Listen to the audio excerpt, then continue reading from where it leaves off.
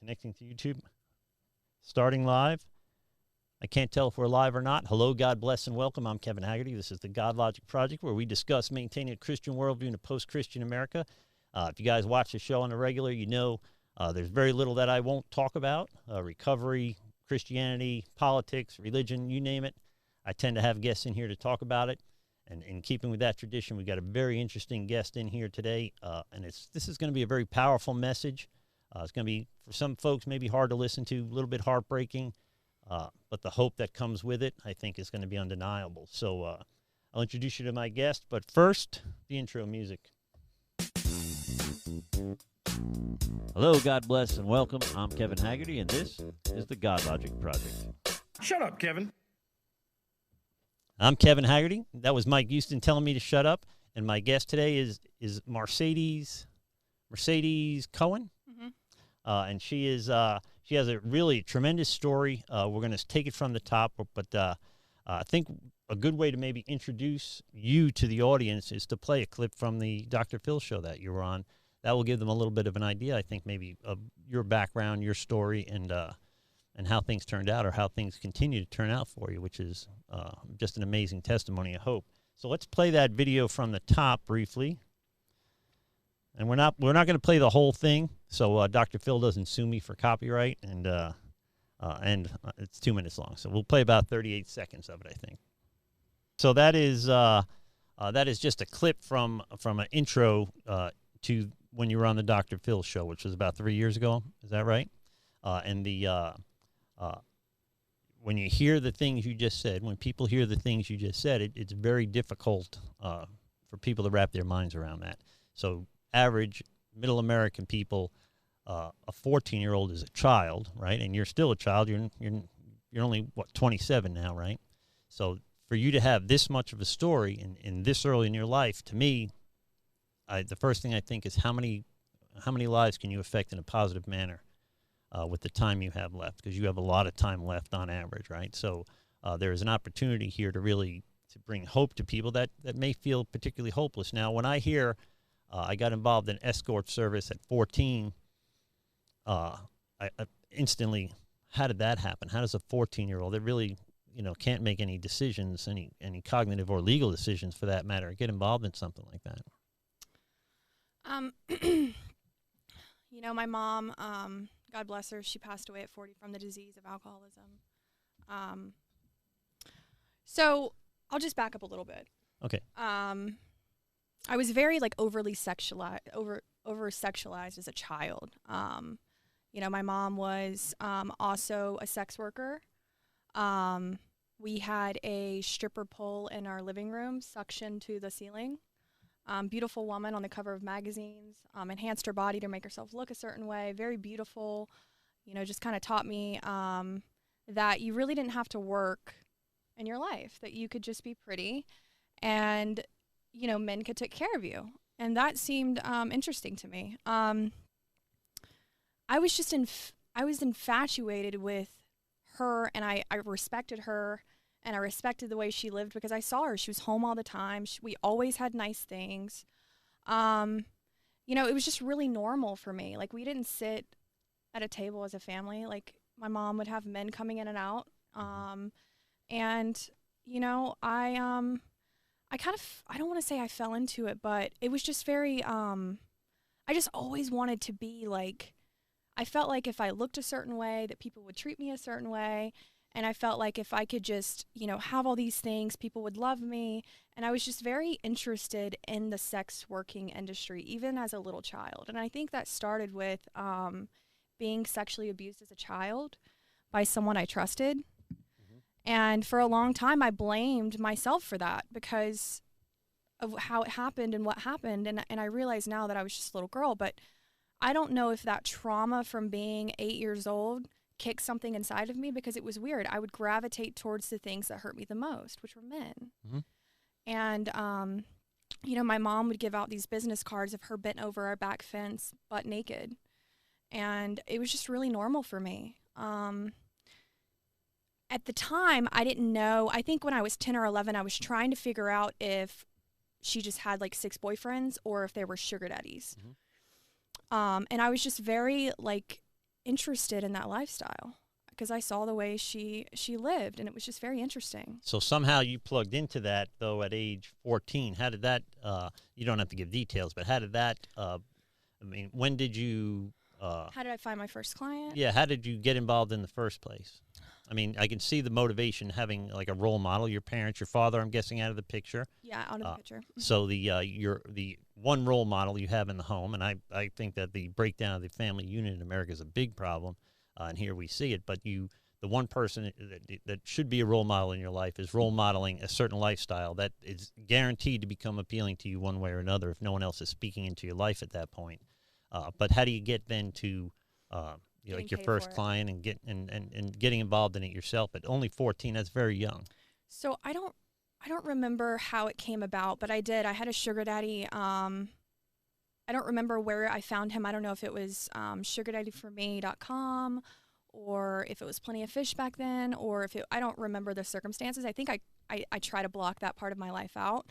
But yeah, I was driving a Mercedes around when I was 16 years old. Mm-hmm. And then it just progressed from there. It didn't start off like I wasn't seeing like 10 clients a day at 14. It was like the beginning of sex working. And I used to call myself a prostitute, but I call myself a sex worker now. But I think that it started off slow. Like when I found that one person who controlled my entire life, my mom knew about it. She wasn't a mom. She tried to be my best friend. Yeah. But I don't remember like how it started, but I remember being like very infatuated with being a 16-year-old girl, 15 or 16. I don't know if I could legally drive yet.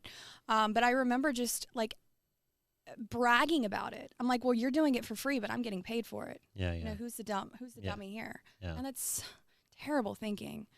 And that was kind of like my motive. You know, you do it for free, I get paid for it. And then it just really progressed from there. So the idea, I think, that you're not only emulating your role model in this, so it has to be justifiable to a 14 or 15, 16-year-old kid. That way, other kids are sexually active at 14, 15, 16 years old with, just punks or whatever, and they're being mistreated or however, teenage love goes, right? But you're thinking to yourself, I'm getting paid, I got a nice car. It doesn't make it okay, but we see how we can then justify and rationalize anything in our lives, especially given, how you got into that position in the first place. It's just really normal. Yeah. I didn't think I was doing anything wrong. Even, the guys she would bring home would, they would say, if someone ever said the things to my daughter that people said to me as a child, I would kill someone. Yeah.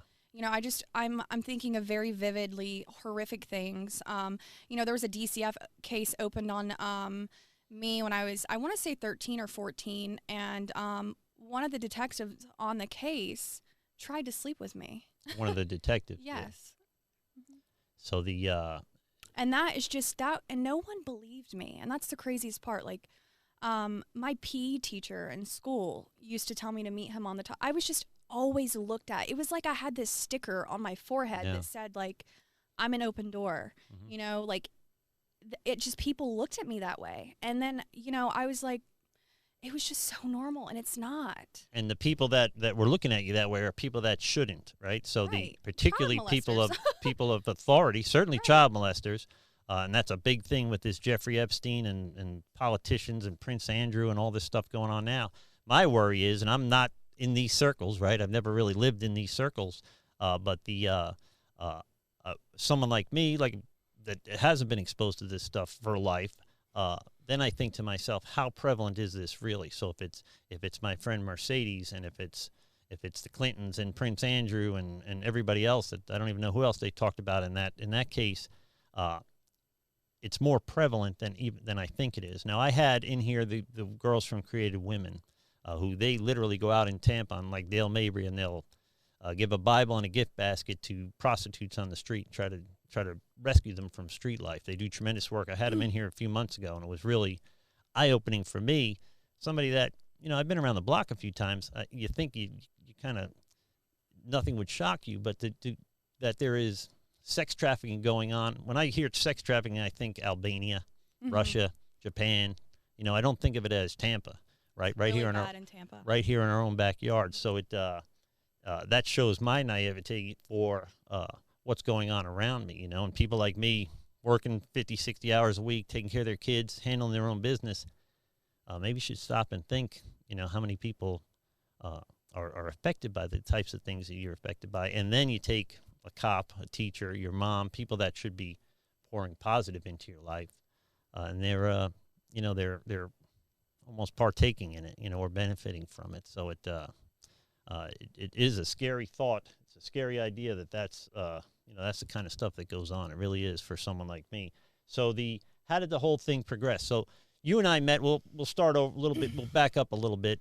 You and I met we were essentially anonymously helping the same people, right? And so we hit it off on Facebook, and then I saw some posts of yours, some hopeful posts of yours. I'm thinking to myself, there's an interesting story here. I should have her on the podcast. And then but when we finally got to talk, and I got a real feel for your story, I was thinking I would have 2 or 3 women with like stories giving their testimonies, but yours is a standalone story. So I don't know that so many people, from age 14 to 24, that's a 10-year period, early in your most important years of your life, really, there's not going to be a lot of stories like yours. So, and we can testify to that because you ended up on Dr. Phil, right? So you were on the Dr. Phil show. That's where that clip came from earlier. Before we'll talk about that in a second, but before that, you go from 16-year-old with a sugar daddy to what we watched in the video. Now you're married, right? And for the video, you're married. Are you still with your husband now? Okay, so you were married, you got children, and this is how you're generating your income. How does it progress to that, or is it that would seem in a strange way almost victorious for you? That I'm legitimizing myself here now. How did that happen? So I guess after being 16 and getting a taste of getting, I won't say whatever I want, but to a certain point I lived, I got a taste of what it was like to live in a mansion and to drive a car and to, get whatever I wanted. And it was almost addictive to me. It was almost addictive knowing that I didn't have to do very much, and that it was all because I looked a certain way and I was willing to, do the easy stuff. So it really progressed really quickly, actually. I ended up moving to North Carolina. I thought that if I could just do the geographical change, that I could start over. And I had always, if I were to look back, I always envisioned myself as a stripper, but going to school. Mm-hmm. I think that was the vision. I could just make so much money, and then I could turn myself around, and I could be a mom, and I could have the white picket fence house and all these things. But it progressed really quickly because I ended up going into, I want to say I fell into it. Yeah. North Carolina, there were a lot of Army bases, and with Army bases, there's a lot of, they're called Jack Shacks. Mm-hmm. And I walked into one of them that was a lingerie store in the front, and then once you went behind the curtain, it was a Jack Shack. And I was the youngest one there because all the girls who had worked there were older. They had been doing it for a long time, and they were on drugs and drinking, and I prided myself on being a sober prostitute. And I had the little girl look. I had no tattoos. I hadn't had implants yet. I looked like a baby because I was 18. And people were responding to that. So that's a niche within it. Yeah. Because, working in that industry, there are a lot of sick people, and they want you to look like a little girl. Yeah. They have the fetish. Yeah. And it wasn't all about having sexual intercourse. You did a lot of other things. So I justified it that way. It wasn't like I was having sex all day, but I was doing other things that were just as degrading, for money. And I ended up working. I did that for a long time, and then I found this other organization that I could make more money per week, have kind of like a woman pimp, but you had to give half of your proceedings. So I did that for a long time. A few years. I told my husband that I was a stripper for a some company that like traveled. And I would fly back and forth. And so you're married and your husband doesn't know this. I was married, no. And he doesn't know about this. And I saw that on the No, episode. he had no idea. He was shocked that when he heard all this, right? He was shocked, yeah. And people were like, well, how didn't he know? And I think he loved me so much that he just didn't like fathom me doing it. Yeah. And I was such a good, it was a double life. Like yeah. mom and wife, sex worker, porn. It was just, I could just flip it off. And that was the thing I did. I would literally, like, if I was staying in the area, I would go to work, whether it be by day or by night. It just varied. And it would be like a light switch. And I'd be like, I'm this girl. I'm not going to say the name. I'm her right now. And then when I would leave, I would forget about it. And what I was doing was I was blocking all of it out because it was so traumatic for me. And then I'd come home. But I had formulated this life that I couldn't afford if I wasn't doing that. And that's another way I justified it. Well, I can't go work a 9-to-5 job if I'm, because there was a point in time where I didn't look like the girl on Dr. Phil. The reason why I was so bloated and I was so big was because I was drinking a gallon of vodka a day and I wasn't doing anything. There was a point in time where, I didn't look like that. So I was making a lot of money and I was super addicted to the way I looked. And, and then I found out that I didn't have to pay someone half my money. I could do it on my own. Mm-hmm. And then I fell into the porn industry. And I didn't do it for long because with that kind of lifestyle comes a lot of drugs. They encourage you to do Molly. They encourage you to do... I didn't try my first drug until I was 21. Mm-hmm. And that is late. I'm a late bloomer. Yeah, I quit drinking and drugging when I was 21. Right. That tells you anything. So I didn't I had drank at 16 or 17, but I wasn't drinking every day. I wasn't drinking when I was being a sex worker. I wasn't doing any of that. And that's why that was like my thing. I'm a sober sex worker. This is great because the guys would tell me like everyone's always nodding out. So I was like, this is cool. I'm sober. And what that did for me in the end of it was it ruined my life. It ruined my life. So then that was kind of the turning point. That's when probably drugs and alcohol. I mean, the pressure of the pressure of being a mom and then the love and the connection that goes along with being a mom and doing it better than maybe your mom did. I went through that with my dad, certainly.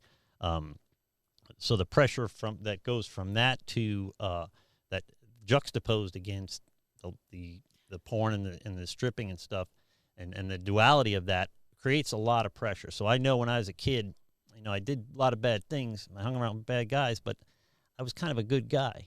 I just did a lot of bad things. I felt guilty about the things I did, which led to the drinking and drugging and trying to escape and then doing even crazier things. And so it spins out of control. But the pressure of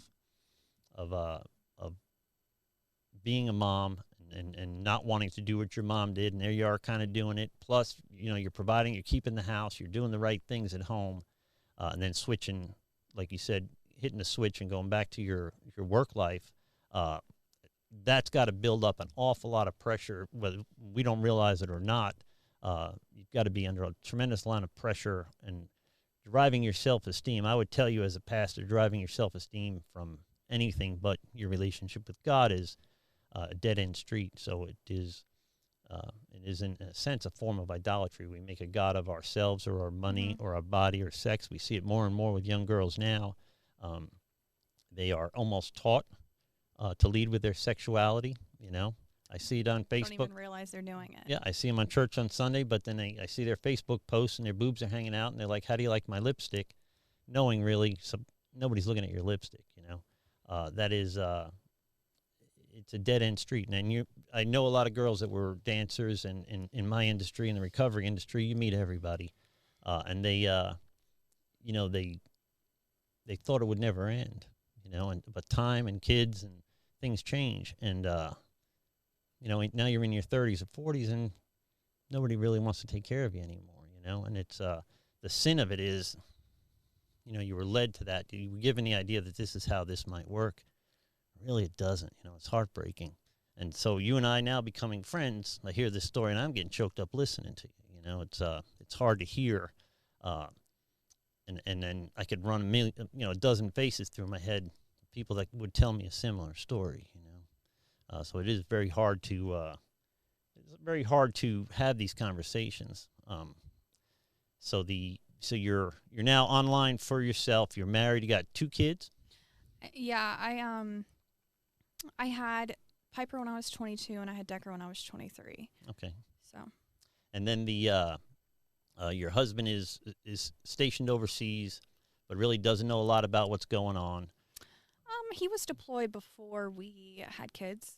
But no, I mean, I was such a liar and a manipulator that, he had no idea. Yeah, and he had no idea. And he's giving you, to the extreme, to a fault, the benefit of the doubt. He's really Absolutely. hoping you're telling him the truth. And have we not all been there with people in our lives, Absolutely. right? Yeah. So and it's not really his fault if, I hear a lot of people say to me, he had to have known. How did he not know? Well, it's really not his fault. It's not really him. It's not really his job to determine if his wife is telling the truth about something like that. I mean, I think when you're in it, it's a completely different story, versus from an outsider's perspective. Like, he lived it every day, so it was just kind of normal for him.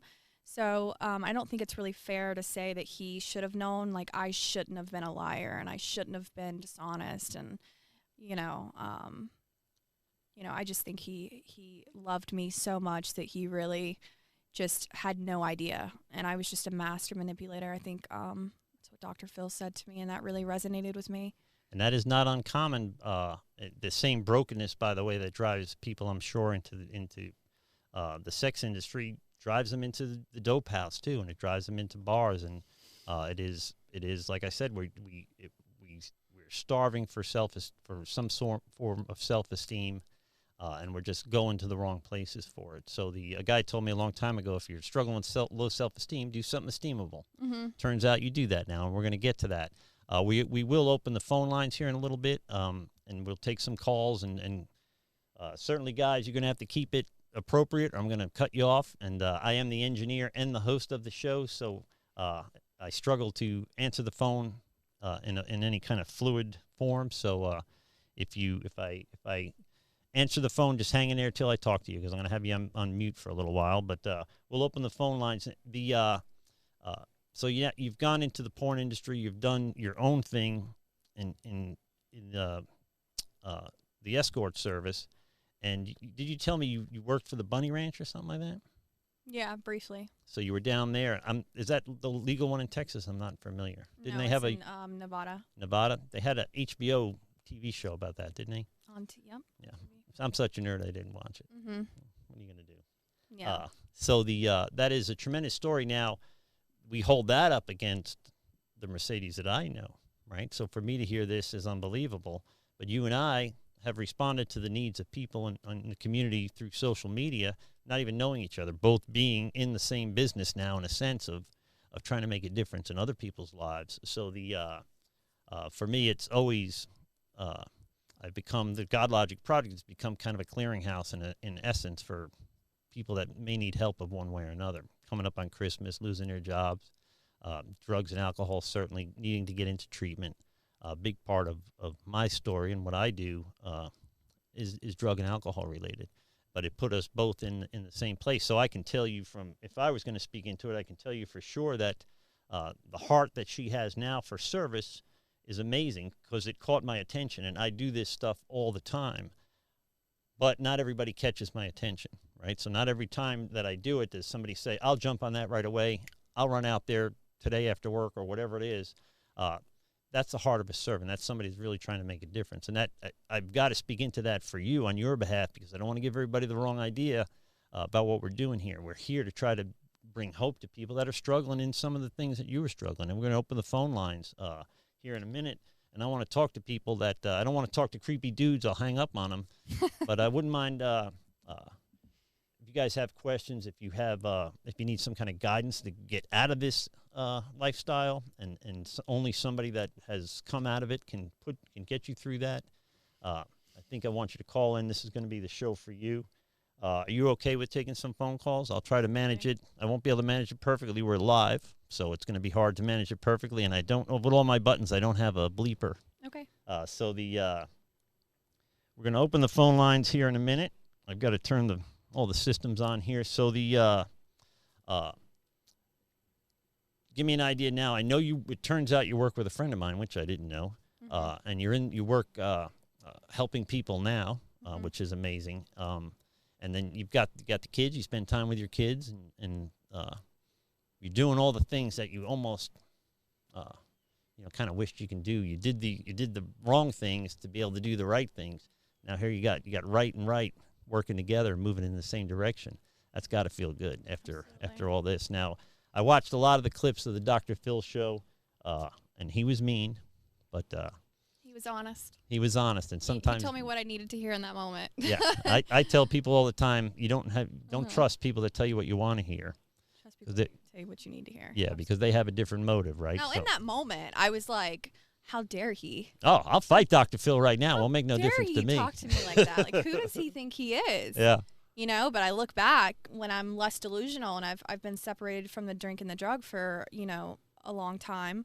I look back and I'm like, wow, I was so delusional. Yeah. No one ever would have said anything Full flight like from that. reality. Full flight from reality. Self can't see self. So I was just like. And unfortunately, we tend to surround ourselves with people that tell us what we want to hear. Yeah, so we end up in these intellectual, spiritual, emotional bubbles that everybody's as broken as we are. Absolutely. Right?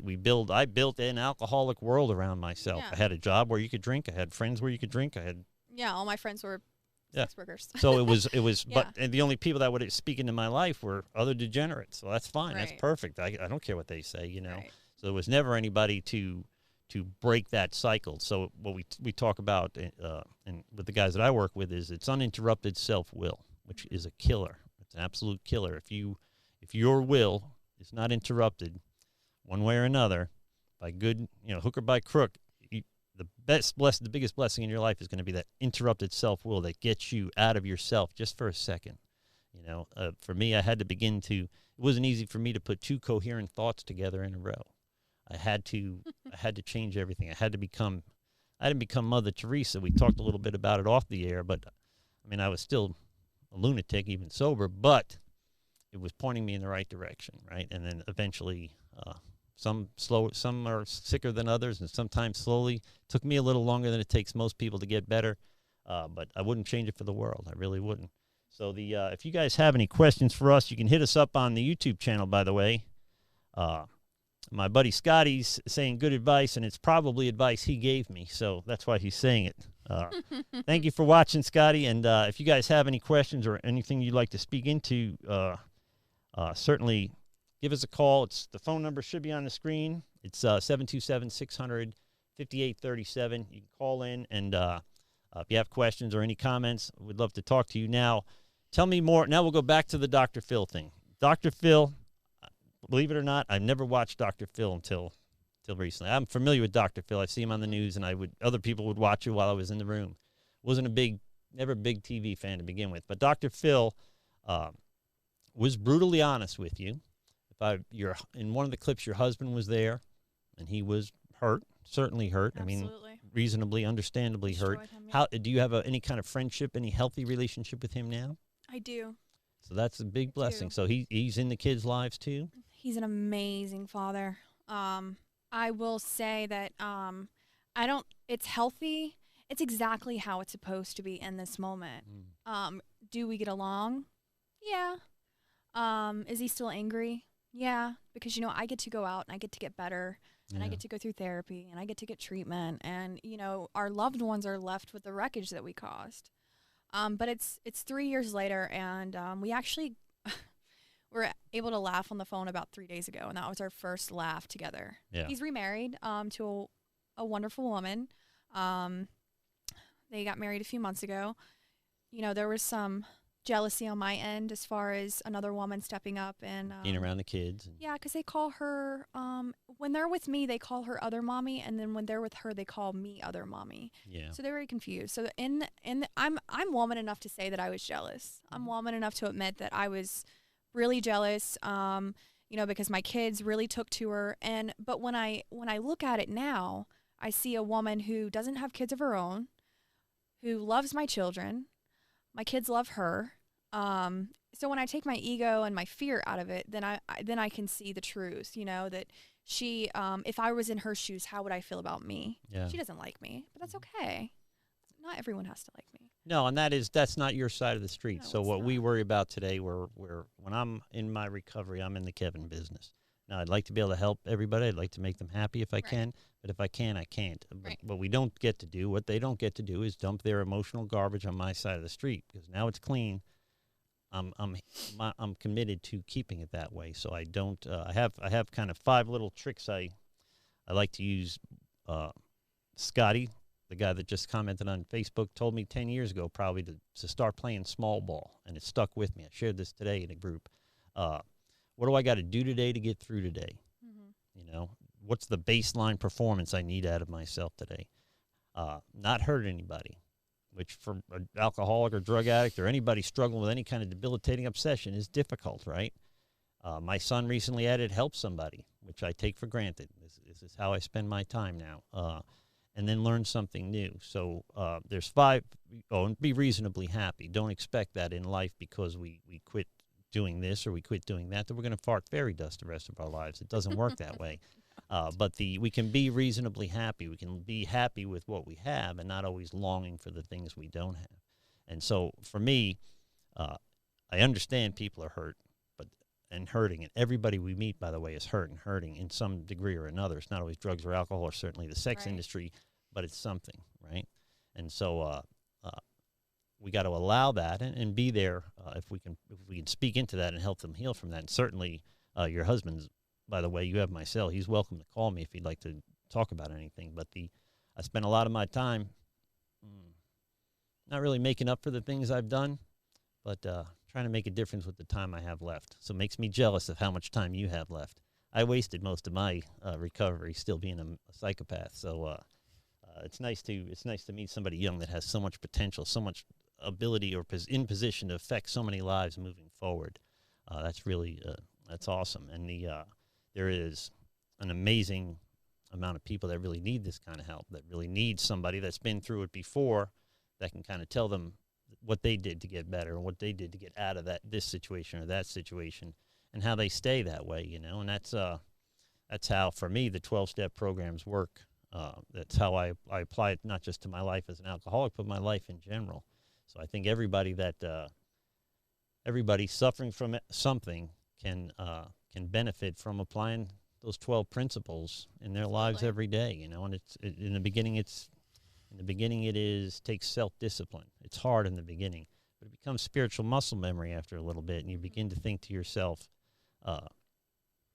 it's not a Kev-centric universe. I'm not the center of the universe. Everybody I deal with is hurting and broken in some way, you know. So it is. So you ended up on Dr. Phil. I keep going back to Dr. Phil, but he was tough on you. It was brutal. I watched a few clips, and you know, I was getting mad, of course. And but what got Dr. Phil, I think God put Dr. Phil, in your life for that kind of exposure. And it wasn't easy to go through that kind of exposure with something so personal, but it made all the difference in the world. Tell me what it was like to be on a national TV show, talking about your very personal business in public, but then how cleaning house like that, and how he leaned into your life and made a difference in your life, right? Yeah. So, you know, when I was originally on Dr. Phil, it was so emotionally exhausting, you know, because you're going there, you're editing, they're making you say this. Everything is scripted when they're doing these videos right here. This is not, you know, everything is scripted. Yeah, it was awful. I mean, being on national TV, having to, you know, pretty much like admit all your faults. And the only reason I did it was to get treatment because I didn't have insurance. So they said, if you come do the show, well, you know, Dr. Phil makes a decision at the end. And at that point, I was desperate. I was willing to do whatever. But yeah, I'm on the stage with my ex-husband who hates me, you know, I mean, absolutely despises me, you know. And then I have Dr. Phil, who is across from me, ripping me apart. Again, it was what I needed to hear. I heard some hard truths about myself. Like, I needed to hear those things because I was just like walking around like that I didn't do anything wrong. Yeah. You know, my mom, you know, and at some point I had to take some accountability for for what I did. And Yeah, I mean, my first year off of the Dr. Phil show, I was like, people would write me to kill myself. I would go into the gym and they would be airing my show, and then I would get all these emails, and I was so embarrassed, and I wouldn't tell anyone that I was on Dr. Phil. You know, if they didn't know. Do you know how awkward it is, like when you're trying to go out and date, like I'm talking, you know, like a year later, like when I've got some recovery, and say, you know, like you're having a conversation with him, and he was like, "Were you on the Dr. Phil show?" And I'm like, you know, it's just not really a dinner conversation to have. And but the way he helped me is the job that I have now, helping others, was only because of that show. Yeah, yeah. I have a Facebook page, Make Recovery the Epidemic. We have almost 8,000 people. We've reached 2 million people this month. You know, I get to help a lot of people, and that never would have happened if I wouldn't have gone on the show. And you know, it was just like I had to have that level of humility. Like I had to do something that drastic to just get it. I don't know. I'm always a very extra person, and you know, I'm forever grateful for the Dr. Phil show. Forever grateful. You would have asked me that a few years ago, and I would have said, no, I can't stand him. I hate him. He's the worst. But now I'm forever grateful. You know, I have a lot of respect for him. I will not say that he is the reason I'm sober today, because it's not true. No. But he did put me in a treatment center with a 12-step program that was very focused on God. And I was able to learn some truth about myself and take ownership for what I had done, and I wasn't a victim anymore, and I'm grateful for that. Yeah. And you know, in the future, I don't know the date yet, but I have some personal stuff going on with my children. I'm trying to get 50% custody, and we're working on that, but it's going to be sometime in the next year where I'm going to go back and do a follow-up. They've been asking me for a while. So then that would be, you know, that would be something I would really try to do, because for people that were familiar with the certainly you want to clear your name, but people that watched the first one maybe now can relate to it, and now they see you now and the way you handle yourself now, and absolutely they would certainly draw some hope from that. So your Facebook page, is that the right Facebook page? Yep. Before I put it up? Your Facebook page is Make Recovery the Epidemic, and it's got a bunch of followers, and so folks can contact you on Facebook. They can reach out to you, and if there's anything, you know, any kind of guidance you can give them through addiction or the sex trafficking or anything. By the way, folks, I have, we'll take a second, catch our breath here, but if there's anything I can do for you, godlogicproject@gmail.com. You can email me. You want to be on the show, you got a story to tell, email me, godlogicproject@gmail.com. You can contact me at godlogicproject.com. But if you have someone struggling with addiction, sex trafficking, any kind of emotional and debilitating obsession or anything like that, if there's a way that I can help, I certainly will do it. There are folks inside and outside of the state of Florida that I've made contact with through the years, and they've been on the show, some of them. So there are resources out there that can help make a difference in your life. And the God Logic Project's become kind of a clearinghouse for that. So if there's any way I can help you guys, certainly don't hesitate to reach out to me. I'll spend some time trying to put together some services for you guys. I don't do much myself in terms of running a rehab or anything like that, but I do have a lot of friends in the industry, and we can, if you got a family member struggling, if you don't know what to do, give me a call. If all I do is pray for you, I'd be glad to do that too.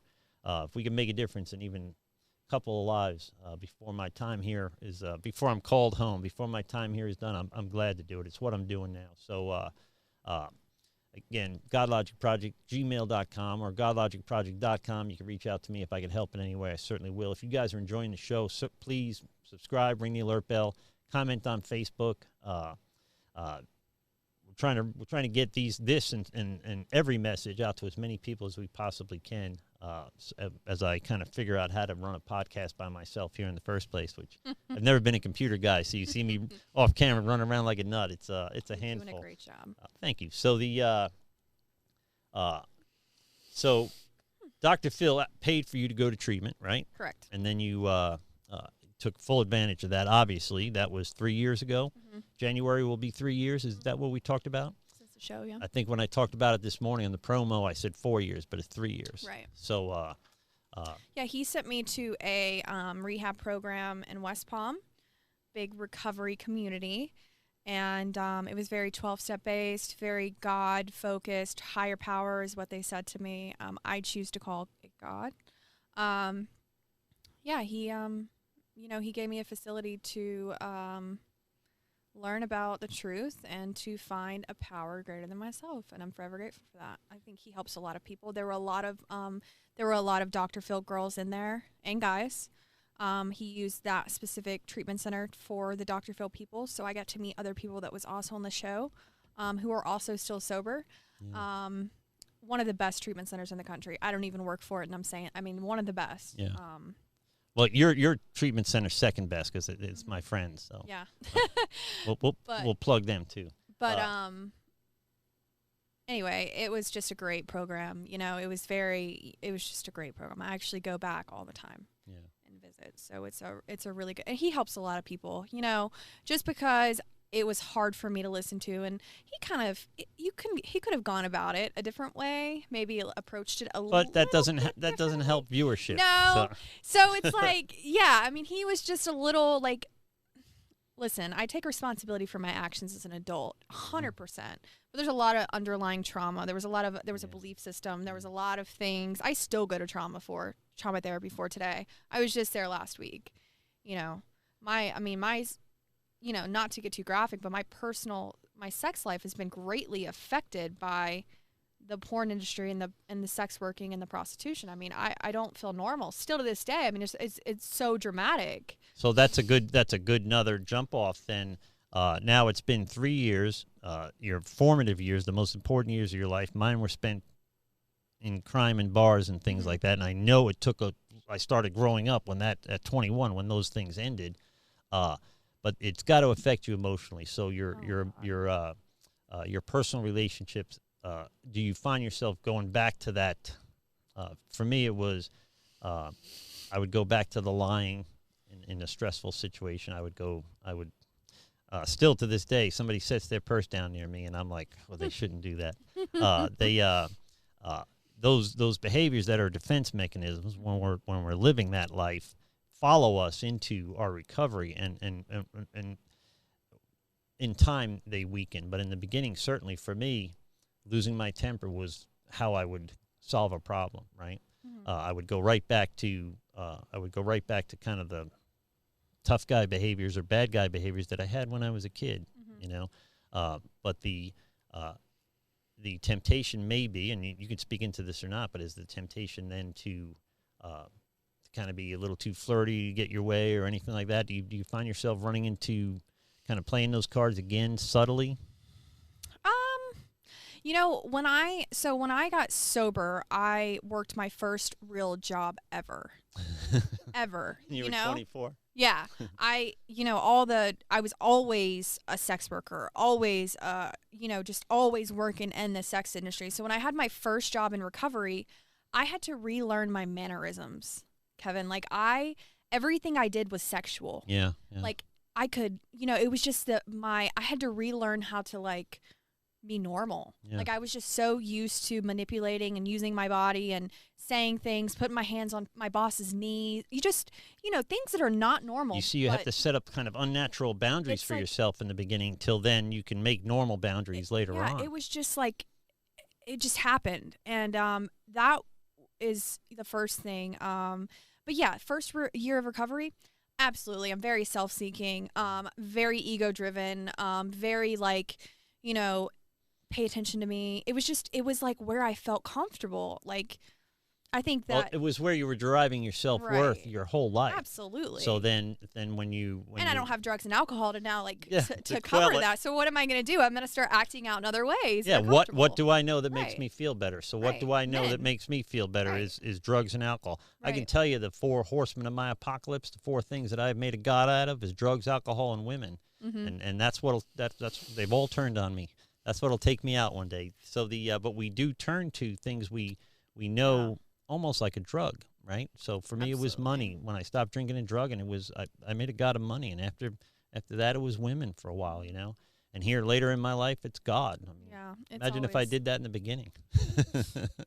Yeah, it's yeah, so I had to relearn how to like dress, act, Be social, be right? social, very flirty, not realizing I'm flirting. That was brought to my attention a lot, and I'm always grateful for those kind of people. Yeah. Hey, Mercedes, maybe, Don't tell that joke. Don't. even some men would say that to me. They'd Yeah. be like, "Hey, I just want to make you aware of this." But yeah, it's very sexual, very overly flirty.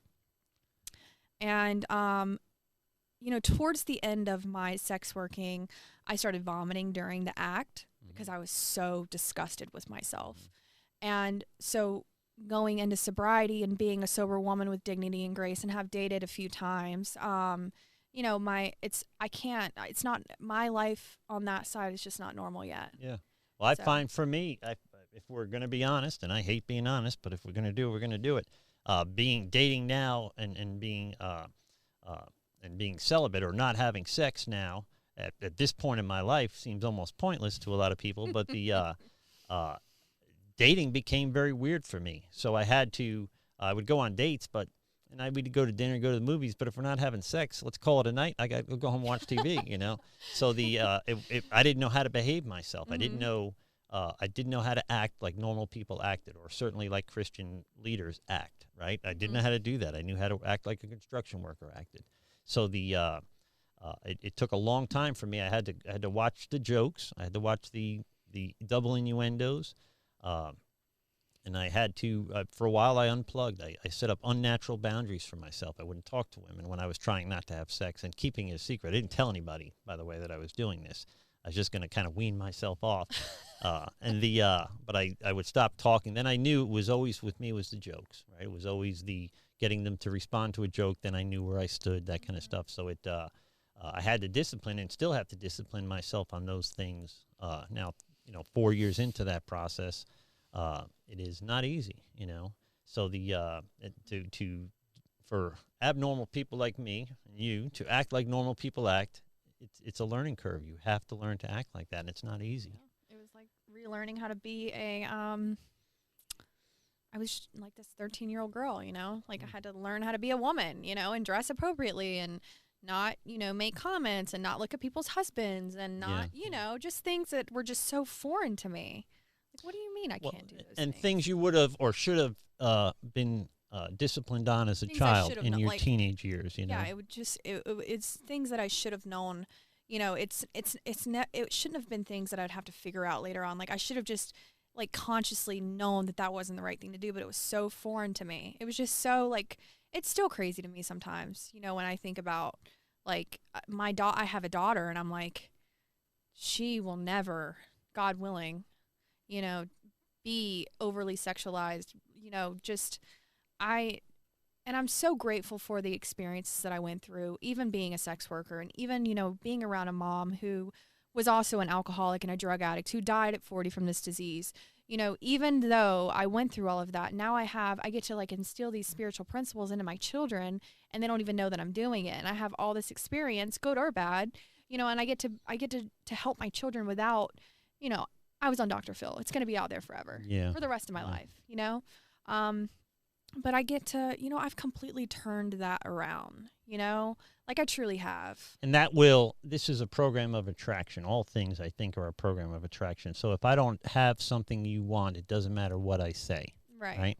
I can tell you, I can quote chapter and verse when I really can of the Bible, and I should be able to as a pastor, but I can quote chapter and verse, but if I'm not living the gospel, then who cares what I think, Right. And that goes to recovery. That goes how we parent our kids. If I'm not parenting my children well and I speak into how you parent your children, what is that worth, So it is it becomes a program of attraction. I can tell you that over time,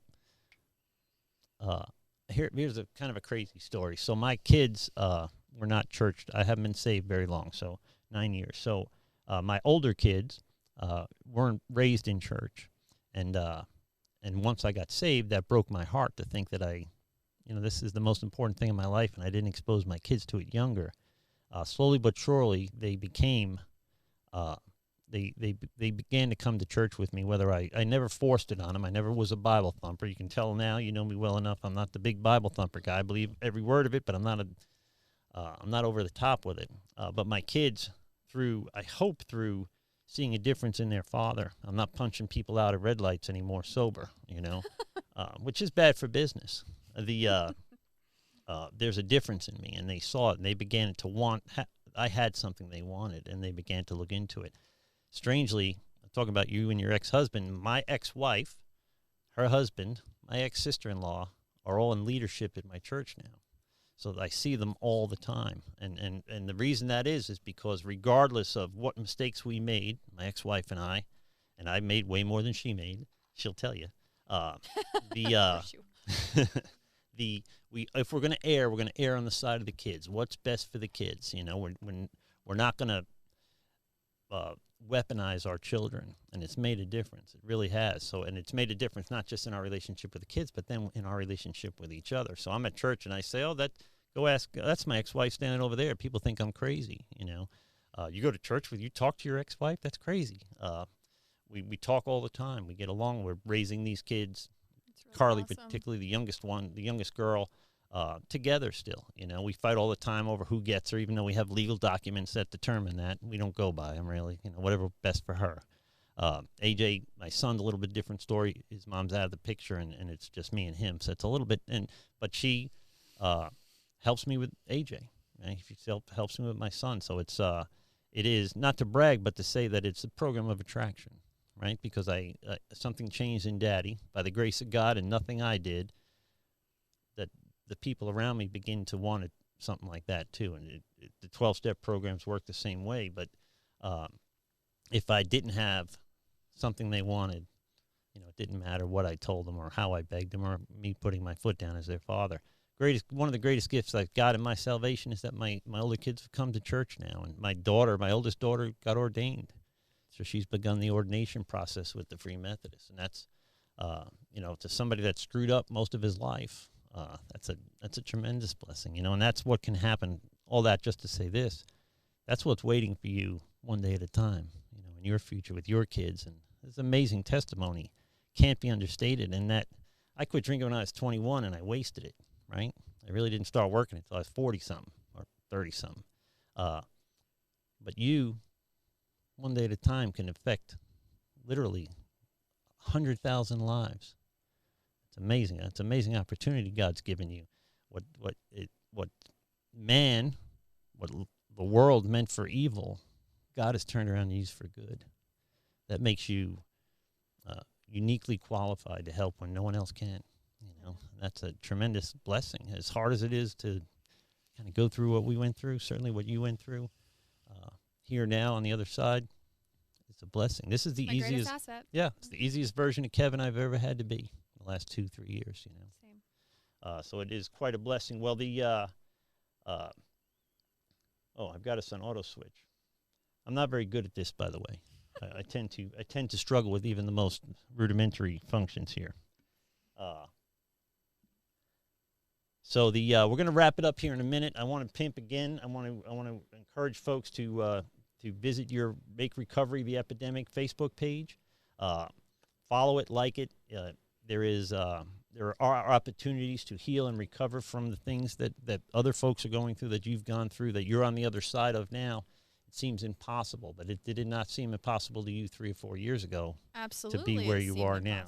Yeah. So if we're going to leave folks with any kind of message at all, and you could look at the camera and do this part. If there's anything any advice you want to say, anything you want to say to anybody in the world, even Dr. Phil. You want me to challenge Dr. Phil to a cage match right now? No. I'll fight Dr. Phil right now. I don't care. No, I have nothing against Dr. Phil. We love Dr. Phil.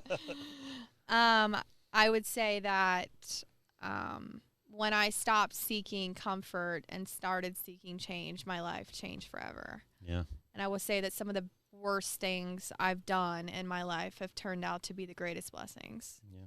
And it doesn't matter what you've done in your past. It doesn't matter who you used to be. Everyone's redeemable. Everyone. I've been completely redeemed by the grace of God only. I've found God. I have a love for myself that I never thought I would have. I'm able to look at myself in the mirror and love who I am today. And that has been a process in itself.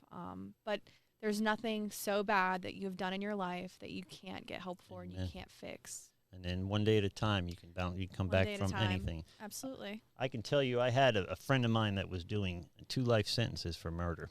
Ex 1% biker, killed a guy in a drug deal. Was never getting out of prison ever, and he got saved in prison.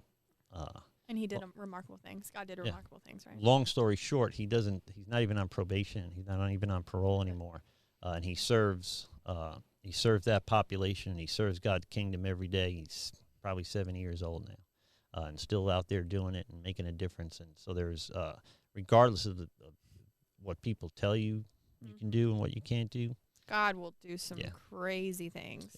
God will do for you what you can't do for yourself. And he's applied me, and he's applied you, and he's applied my friend Buzz and millions of other people. In the Old Testament, Joseph's brothers sell him to slavery into Egypt. He becomes like the cat daddy of Egypt, right? He's like number 2 guy in Egypt. And then he confronts his brothers, and they're like, Joseph, we're sorry, and he forgives them instantly. And he says, what you meant for evil, God used for good. It's the ultimate in Joseph's side of the street. He took his side of the street was clean. There was no reason to seek revenge or anything like that or get even. I think we talked about a little bit. We're closed now, but we talked about it a little bit before the show. But self-centeredness is what kills us, right?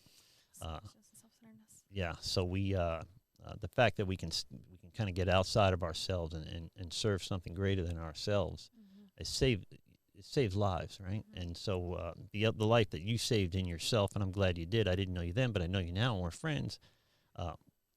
That's 1,000 different lives that will be positively affected just by you making that change, just by you guys making that change.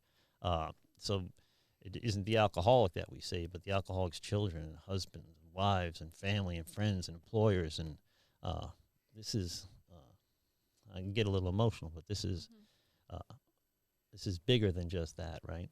Those 12-step programs have saved more lives than penicillin. There's like what? How many 12-step programs based off the 12 steps now? Like 200 plus? Yeah, and the making a difference every day, and just Love it. 2 normal schmucks like me figured it out, when no one else could. And I can tell you that if I showed up at those rooms when I was 21 years old in a hoodlum, and it was lab coats and ink blots, I would have stole a cup of coffee and a couple wallets and went on my way, right? But because those people were just like me, way older than me. Some of them were like 30. It made all the difference because they were, and literature tells us, uniquely qualified to help when no one else could, and God works through the people in our lives like that. Well, anyway, guys, appreciate your watching tonight. A really powerful episode. We've got to do it again. We'll get some other folks in here maybe, do a follow-up episode in a few months. Love to do it. I want to thank you guys for watching the show tonight, for subscribing. You ring the alert bell. You'll be alerted every time new content is uploaded, so you don't have to try to remember when your favorite episode's coming up. You get a little message. I do it with quite a few of my YouTube channels that I follow religiously. Am I allowed to say religiously? I'm going to go to hell for that.